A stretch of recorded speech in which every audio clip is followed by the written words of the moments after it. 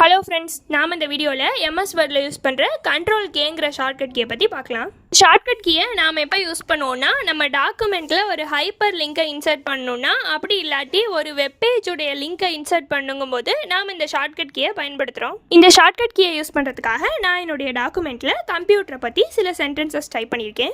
நான் வேற ஒரு ஃபைல்லையும் கம்ப்யூட்டரை பற்றி இன்னும் நிறையா டீட்டெயில்ஸ்லாம் கொடுத்துருக்கேன். அந்த ஃபைலையும் இந்த ஃபைலோட நான் ஜாயின் பண்ணலான்னு நினைக்கிறேன்.